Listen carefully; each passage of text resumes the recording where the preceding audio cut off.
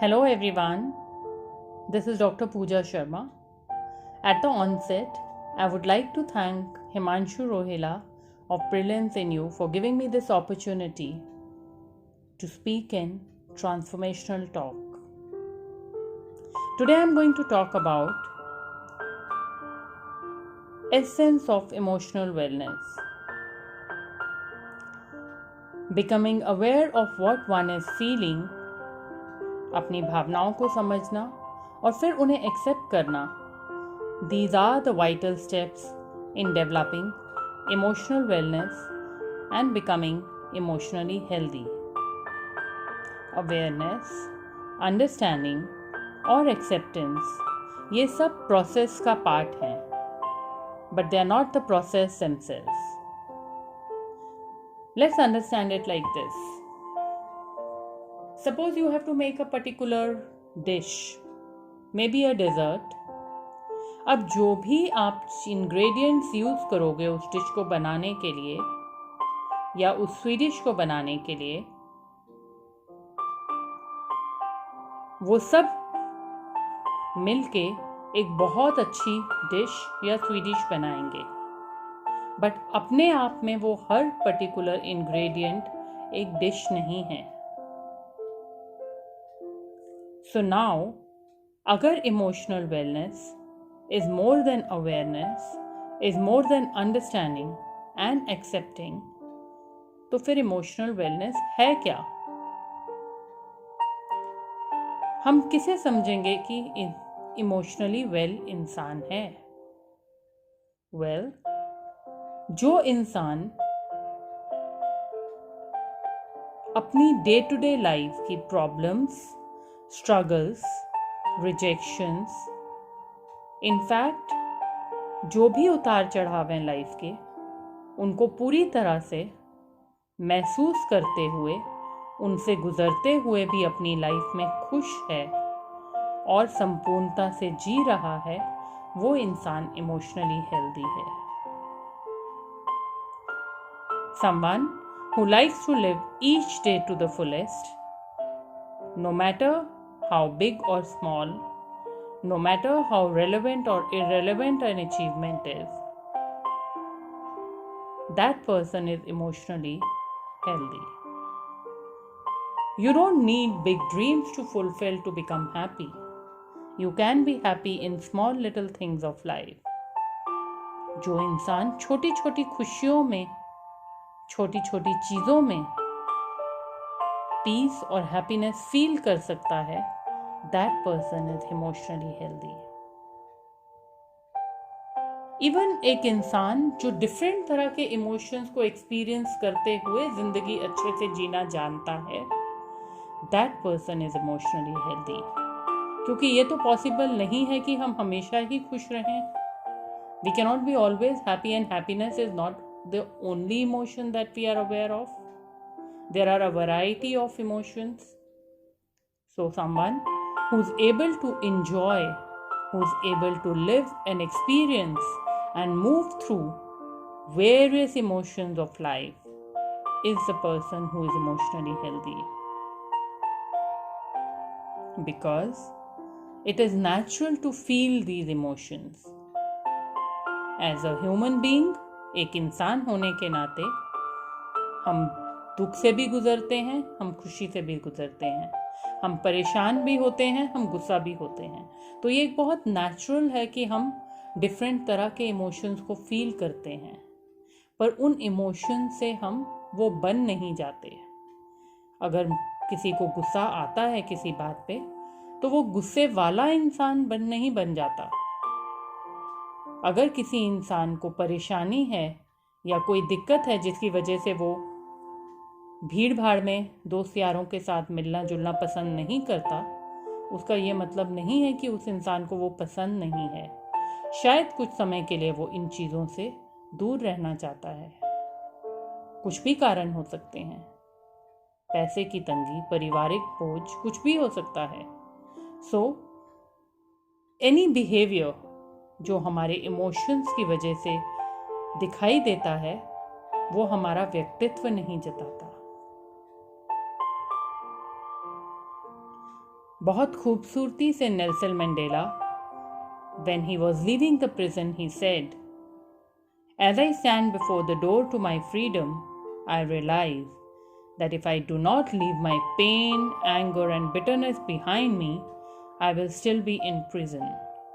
मतलब अगर मैं इस जेल से बाहर निकलते हुए अपना गुस्सा, अपना कड़वाहटपन और अपना दुख यहाँ छोड़ के नहीं गया, तो मैं सारी जिंदगी अपने अंदर इस भरे हुए कड़वाहटपन, दुख और पीड़ा के जेल में जीऊंगा।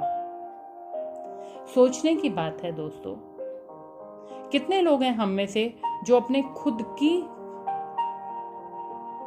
दर्द को बढ़ाए हुए चले जा रहे हैं लाइफ में, सिर्फ इसलिए क्योंकि हम किसी को माफ नहीं कर पा रहे। How many of us have imprisoned ourselves within the walls of anger and frustration? हम में से कितने ऐसे लोग हैं जो सालों पहले की बातों को लेके किसी के अगेंस्ट ग्रजेस और कड़वाहट की भावना को खत्म नहीं कर पा रहे। कोई भी ग्रजेस को होल्ड करना, किसी के लिए इस तरह की भावना रखना, भले ही वो बदले की हो, गुस्से की हो, हमें मजबूत नहीं बनाता।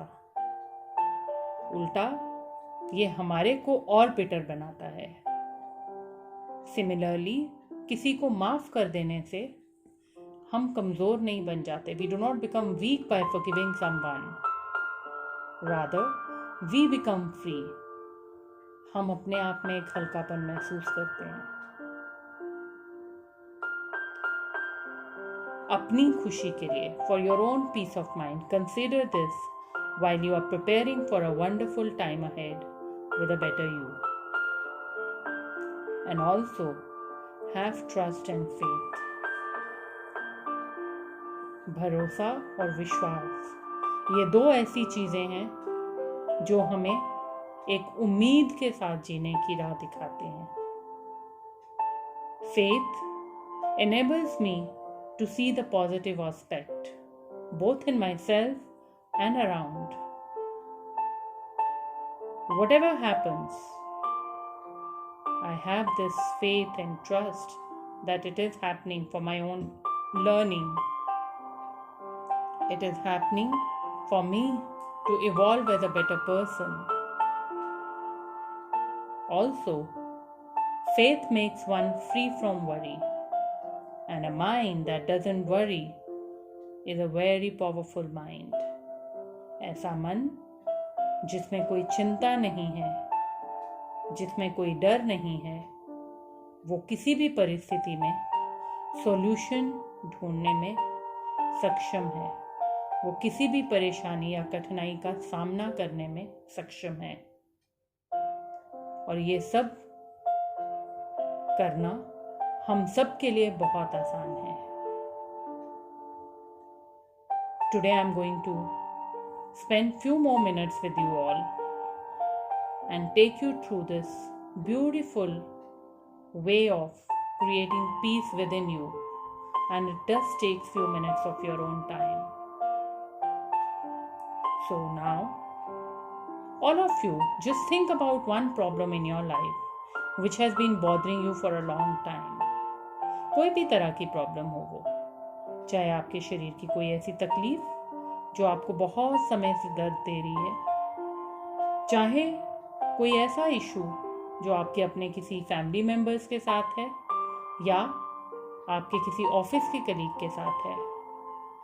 अगर बच्चे सुन रहे हैं तो भले ही वो अपने पढ़ाई के किसी मुद्दे को लेके सोच सकते हैं। Just bring it to your mind any one problem which you want to be rid of.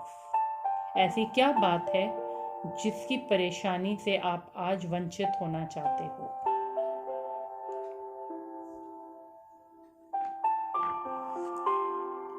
और अगर कोई बहुत बड़ी परेशानी समझ में नहीं आ रही तो भले ही वो यही परेशानी हो जो मुझे अब कल करना है उसके बारे में सोच के।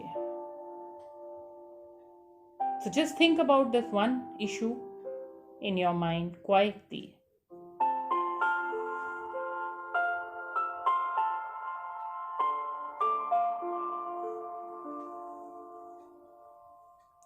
Now that you are aware of your problem, I want you to tell yourself, there is a solution to this problem. और जब आप अपने आप को ये बोल रहे हो, have this belief and faith that you have the ability to find the solution. So calmly, just keep telling yourself maybe 2 or 3 times that this problem has a solution, and I have full faith that I know how to find that solution.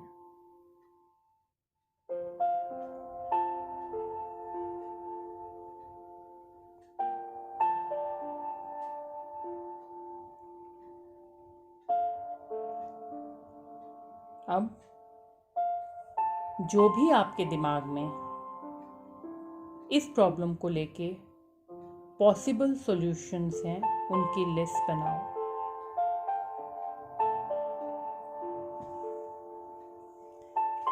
हो सकता है वो एक option ये भी हो कि इसका मैं कुछ नहीं कर सकता. So just right it down. I can do nothing about this problem.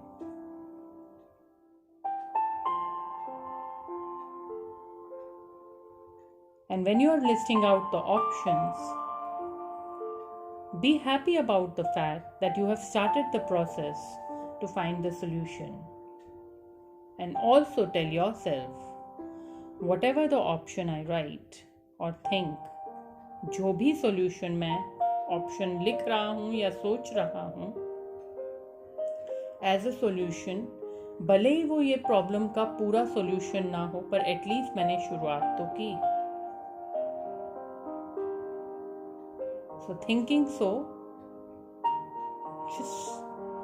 just list out the options.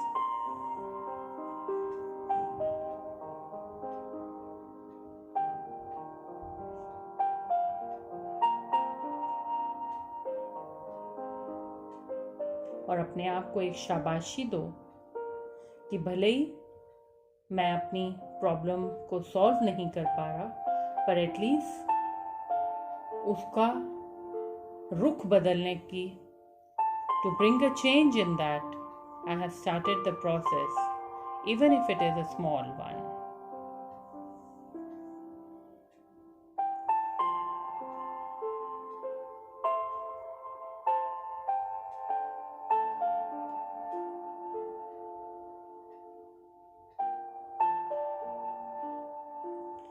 How do you feel now?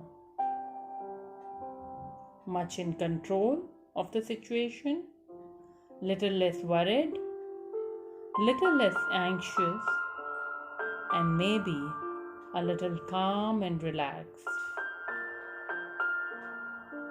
I'm sure आप सब लोग एक हल्कापन महसूस कर रहे हो.